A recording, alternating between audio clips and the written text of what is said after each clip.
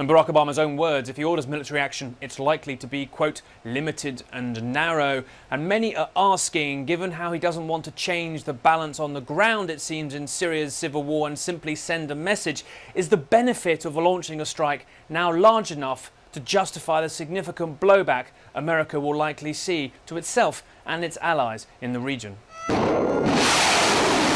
The question isn't can America strike Syria, but how hard? The Syrian Air Force is on the verge of collapse, in my opinion. We could destroy the Syrian Air Force in its entirety in 30 minutes. Ex-Navy planner Chris Harmer drew up on paper a light missile strike plan similar to what President Obama may do. But now Harmer and other analysts think it would be a bad idea unless part of a wider military strategy. If we start punishing him, if we do punishment strikes without a consequential impact, those chemical weapons are likely to be transferred to Hezbollah. As you know, Hezbollah is a foreign terrorist organization. The worst possible outcome for the United States and the West in general is for these chemical weapons to transfer from Assad to Hezbollah. My fear is that if there's only a very, very limited attack and there's no follow-on, that the Assad regime could come out of this thinking, okay, so long as I no longer use chemical weapons anymore, I can do anything else I want.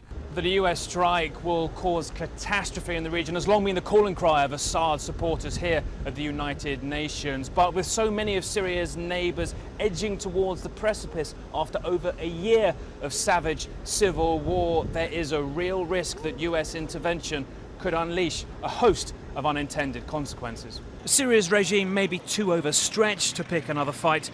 Their backers, Iran or Lebanese militant group Hezbollah, may instead. It depends on how threatened they feel by the strike.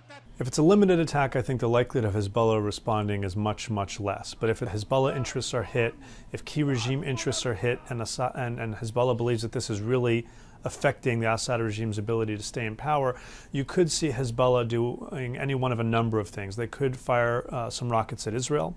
They may do that anyway. They could engage in asymmetrical warfare, terrorist attacks abroad. And theoretically, if there are severe attacks and if Hezbollah is really threatened, theoretically they could decide to target Western interests, most likely in the region. So we're at a point now where no matter what we do, there's going to be negative blowback against the United States.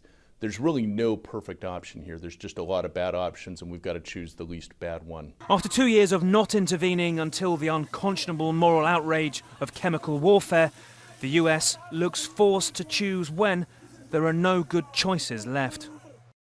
Now, of course, many analysts say that the Syrian regime and its allies are simply too overstretched to respond in any meaningful way to a limited US attack. But you have to bear in mind these aren't necessarily rational actors. The Assad regime using chemical weapons on a large scale, it's alleged, against its own people, potentially even realizing there could be an international response. Also bear in mind, in this region, so many different armed groups, all of whom might choose to use the US intervention as a way of widening the conflict in their own interests.